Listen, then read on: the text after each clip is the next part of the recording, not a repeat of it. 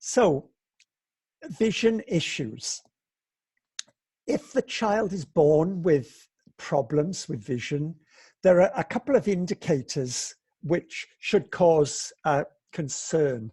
I call them the high-risk signs of vision loss, and they are quite easy to see or to notice.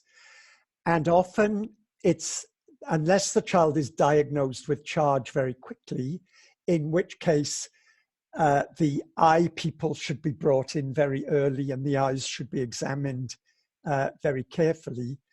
If that doesn't happen, it might well be a parent or a family member who first starts to realize that the child isn't seeing properly. And those high-risk signs, I think there are four main ones. First of all, an atypical appearance of the eye. The eye doesn't look normal when you look at it. It's too big, it's too small, it's clouded over, it's badly turned, or there's something about it that just doesn't look right. The next one is unusual eye movements. Maybe the eyes keep rolling to the top of the head, or maybe the eyes wobble very quickly from side to side or something like that, which would be very unusual.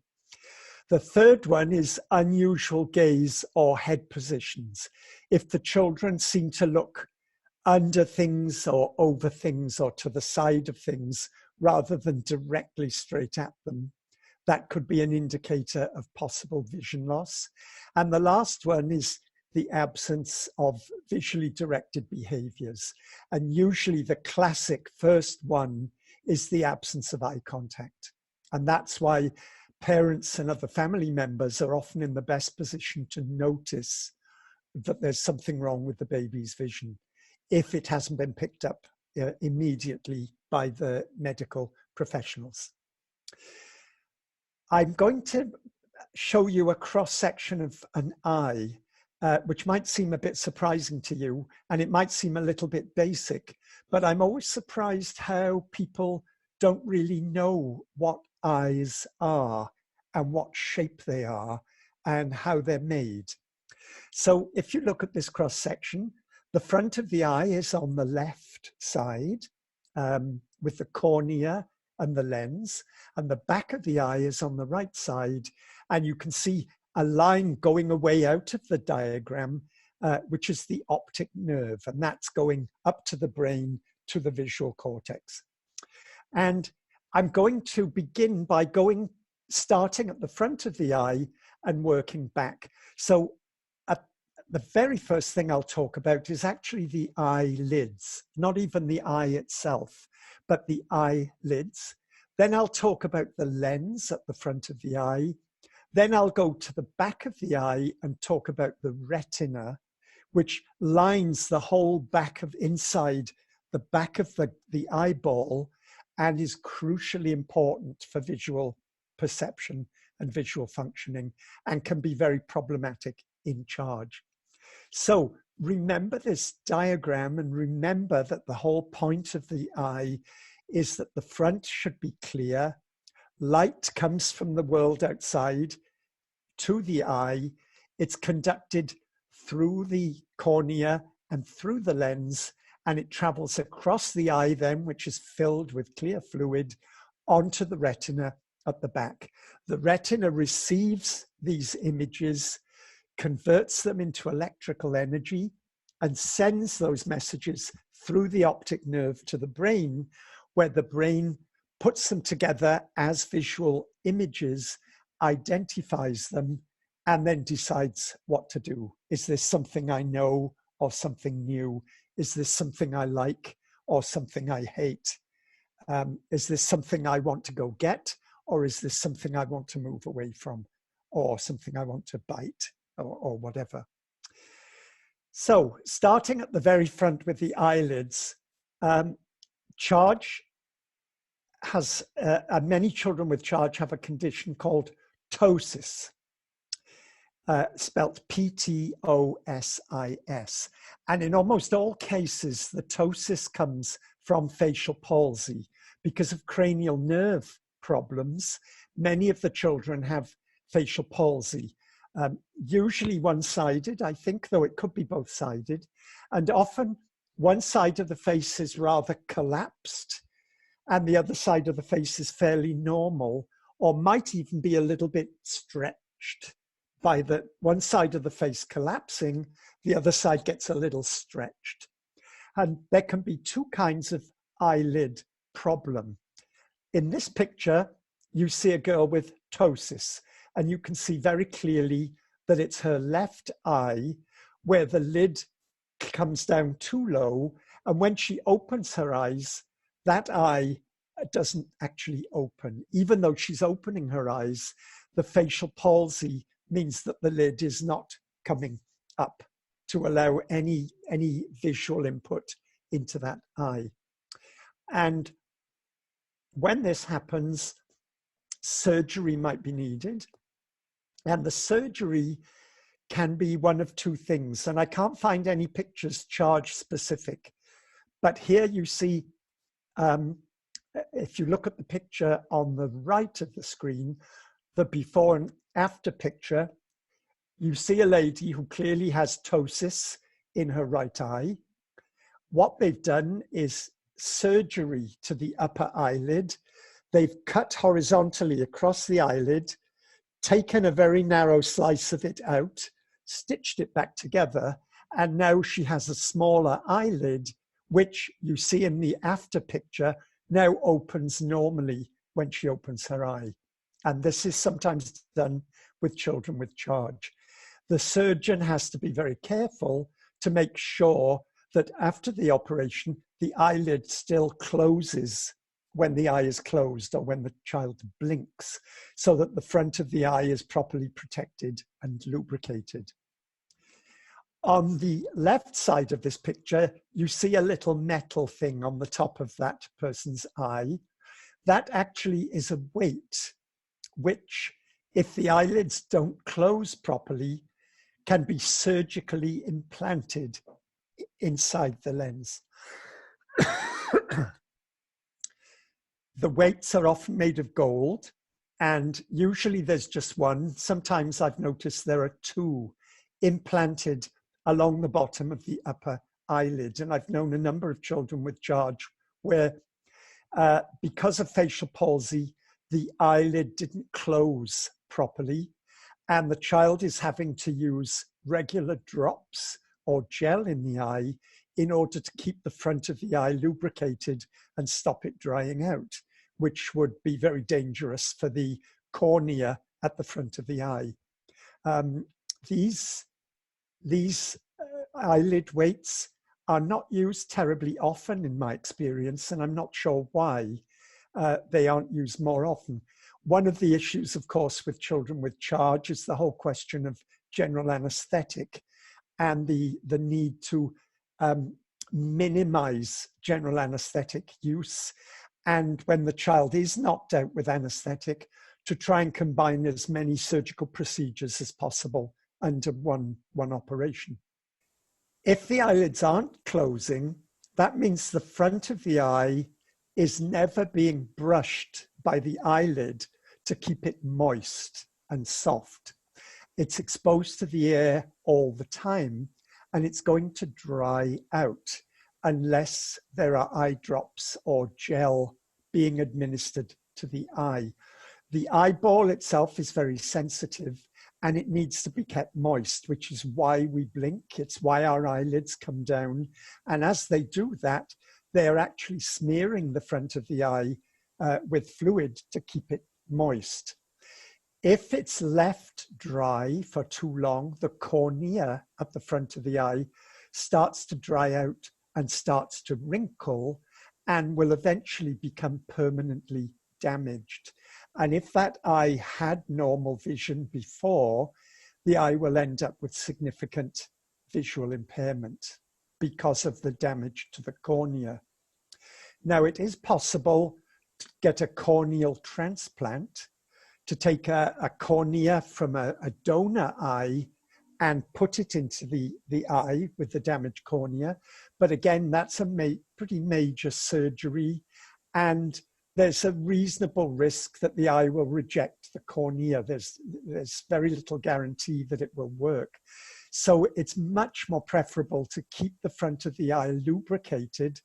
But with a child with charge who might not understand the need for the drops, who might not like drops, they might be very protective and oversensitive, difficult to get drops in the eye every couple of hours through the day and sometimes through the night as well, which is why the surgery to insert the weights, if it's possible, and if it looks as if it would be workable with the child, might be a better option.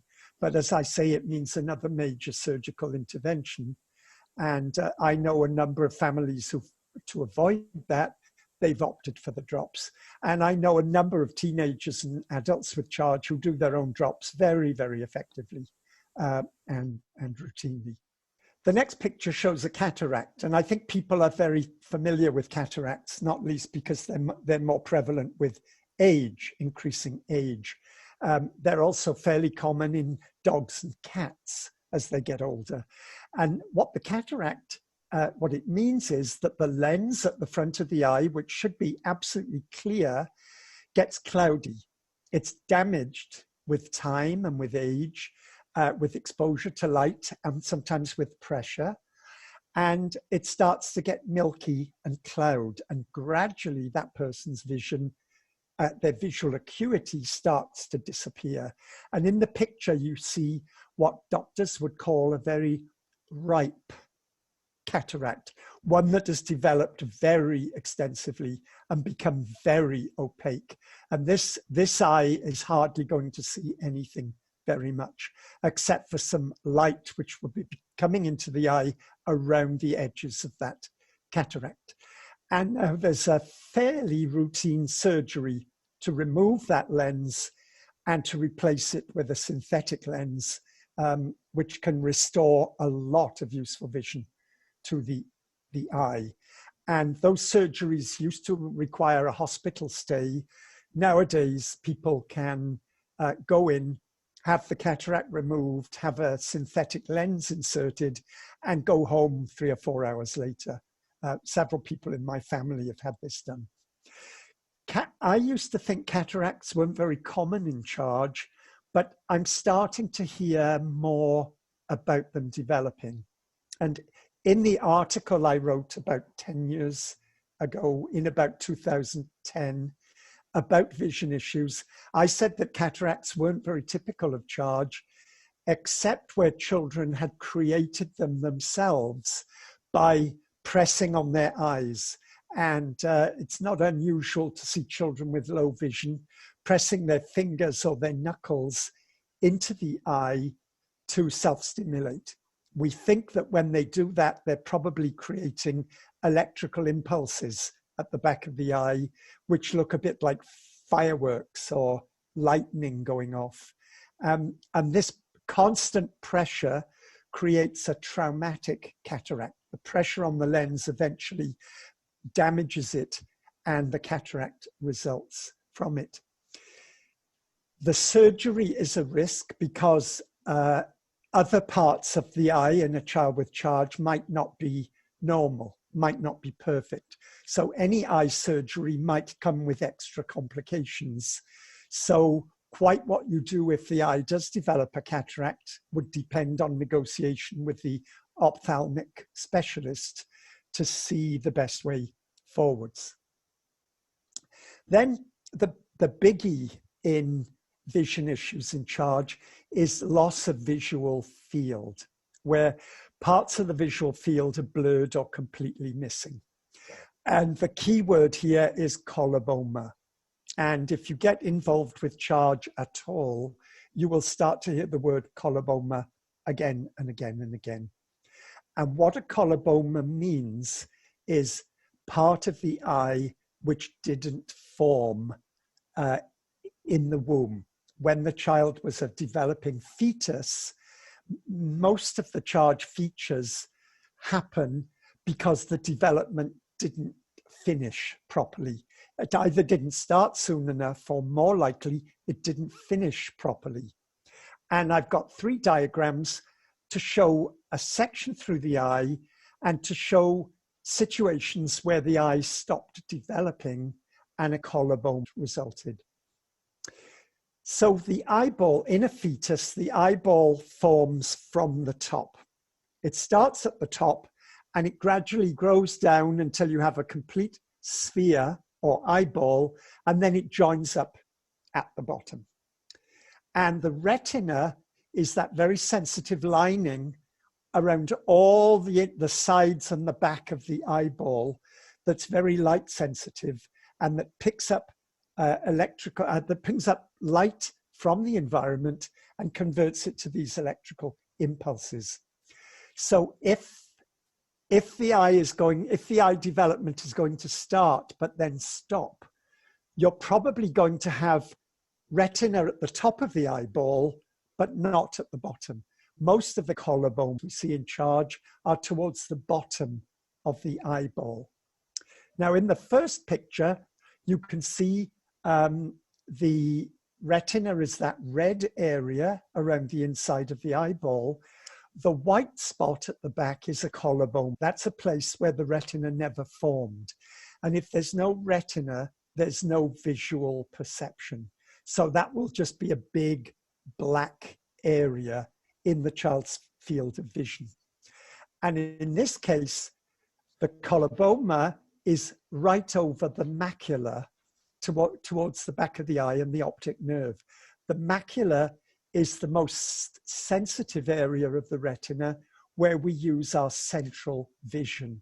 That's the part of the retina we use to read text. And if you're old-fashioned enough to thread needles, you need good macular vision in order to get the cotton thread through the eye of the needle. You need that fine vision. And in the eye you see in this diagram, that eye will have a very good peripheral field of vision. They'll probably see everything around them, but they won't see that fine area right in the middle of the visual field. So reading text or threading needles probably won't be an option for those people. They might function visually very well in the environment, but they won't be able to read words on the indicator board in an airport or read a book. Probably not, unless they're on something like a Kindle, where they can enlarge the text very, very large to help them use peripheral vision. In the next diagram, you see that a different retina in this eye, the macula is there. You see that brown area that's labeled macula. So there's no problem with central vision. But you notice the bottom of the retina is completely missing. There's a huge white area at the bottom where the retina did not develop. So there's a large collarboma. And that is going to represent a big area of peripheral vision, which is missing.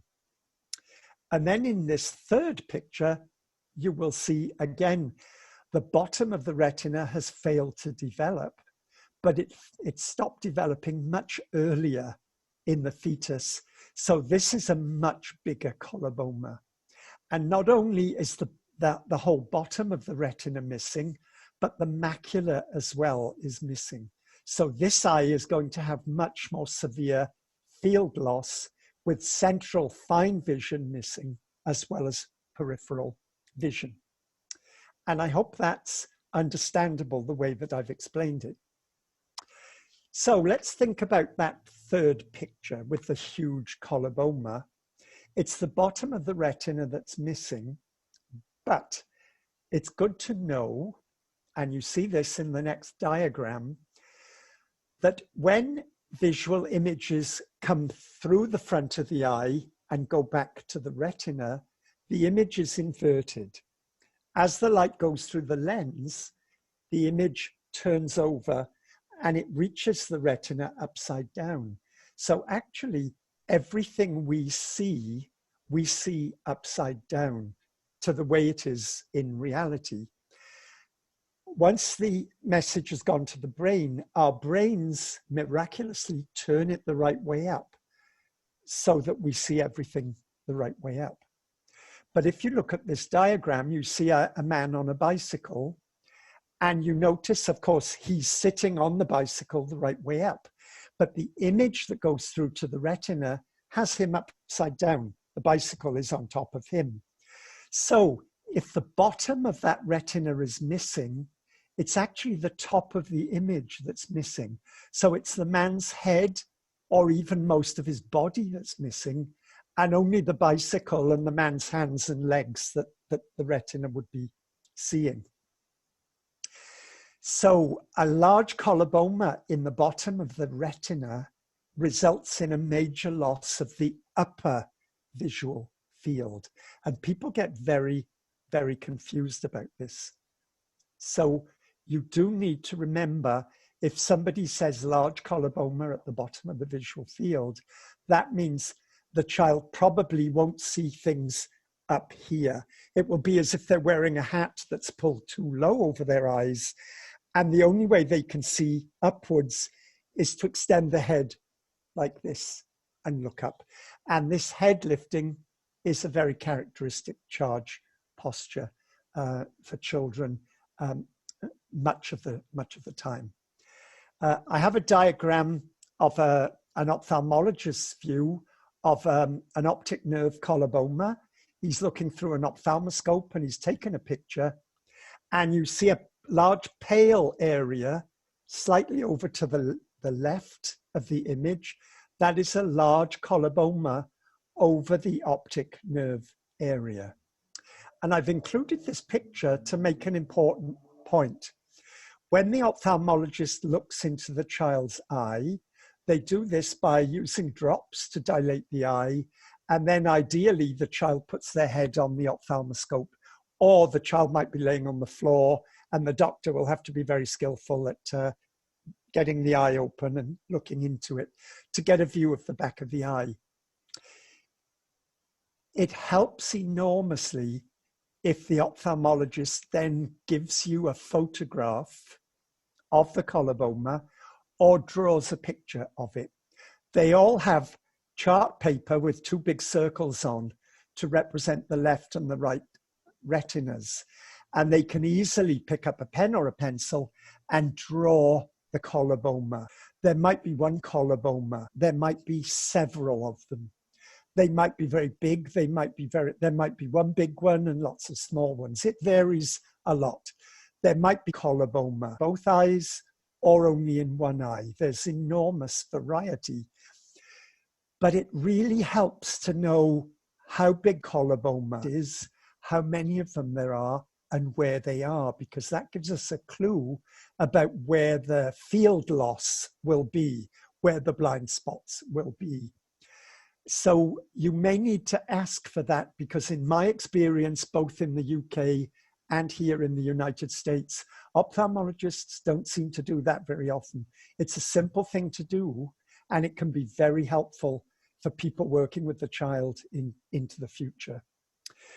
So if, as I've already said, if there's coloboma, the child is probably going to have to look in unusual ways.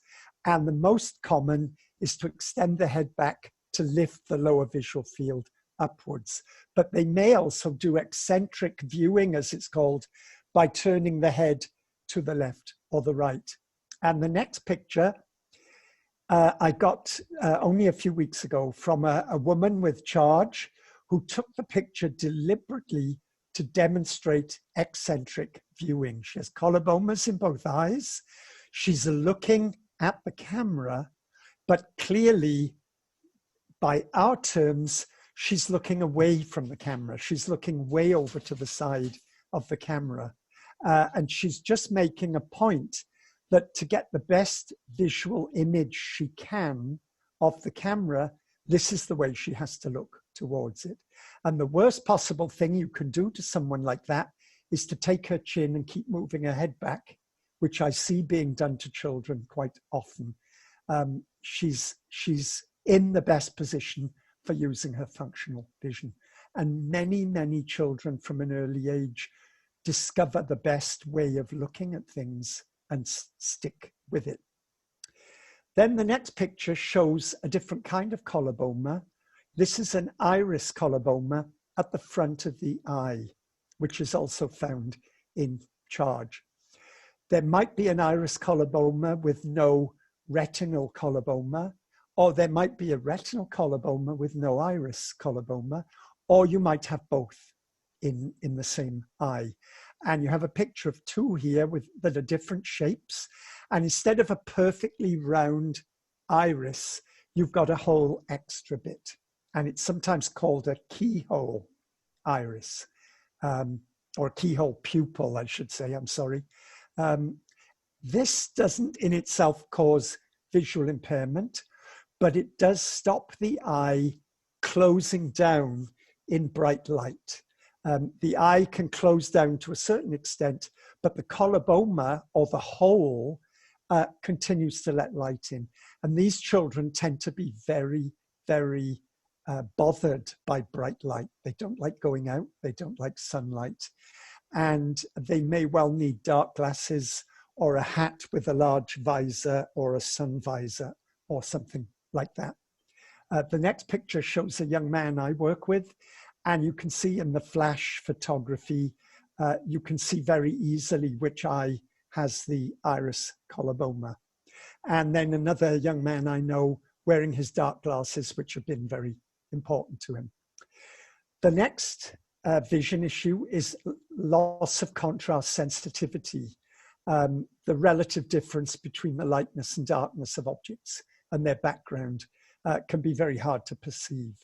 And this can cause big issues in a situation like this one, for example. You see a set of steps, not very clearly marked. And if the child perhaps only has one eye, so they don't have depth perception, they maybe have vestibular problems, so their balance is not great. And then they've got confusion about contrast sensitivity along with the depth perception. This could be very risky. And then next to it is a different set of steps, which is just as confusing. And then a picture of a meal where somebody's tried to present the food thinking of good visual contrast to help the child with those problems. Now I want to say something about muscle issues. In my article from 2010, I have this quote: "When people think about muscular activities, they usually think of things like aerobics, weightlifting, swimming, hiking, wrestling, and so on. They rarely think about using vision, even though vision is a sense that depends upon very good control and coordination of many different muscle groups if it is to be used effectively."